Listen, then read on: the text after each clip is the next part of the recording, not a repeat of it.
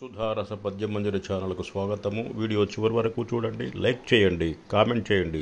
Subscribe చేయని వారు subscribe చేయండి. ధన్యవాదములు.